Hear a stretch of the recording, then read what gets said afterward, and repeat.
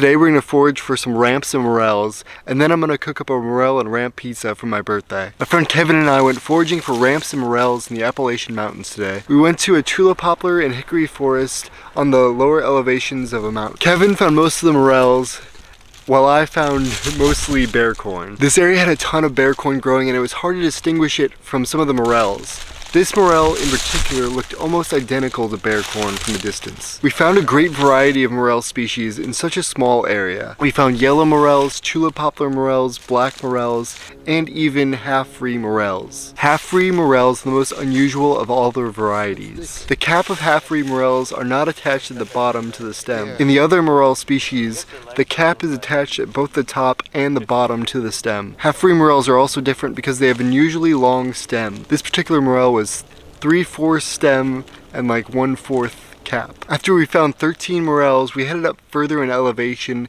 to find the ramp patches. The ramps are located on a wet mountainside with a lot of mossy birch trees. There are a bunch of scattered little ramp patches all over the mountainside. In my experience, ramps usually form in large clusters when they're fully mature. So this patch must be fairly new, or it has been over-harvested in the past. Regardless, I'm going to come back to these patches in mid to late summer and collect and spread the seeds so that they become a more mature and unified patch. Because the patches were so small, I only gathered one leaf from each plant. Ramp leaves are light green with a waxy surface, and they have a rhubarb color towards the base of the plant. They have a strong garlic odor and taste which none of the lookalikes have. Make sure you distinguish ramps from lily of the valley and its other poisonous lookalikes before you eat these plants.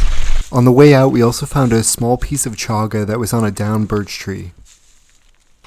My birthday was an overcast but beautiful day, and I started to work on the pizza. First, I lightly sauteed the morels over a campfire. The dough was less flexible and more flimsy than I was used to, but I made it work. I topped the pizza off with morels and ramps. I later learned that you probably shouldn't put fresh ramps on a pizza that's going into a really hot oven because the ramp leaves burn pretty easily, but I had a few extra ramp leaves just in case. At the end of cooking, the pizza was starting to fall apart, but it turned out really good otherwise. I was never a fan of birthday cake, so wild forage pizza was a great substitute.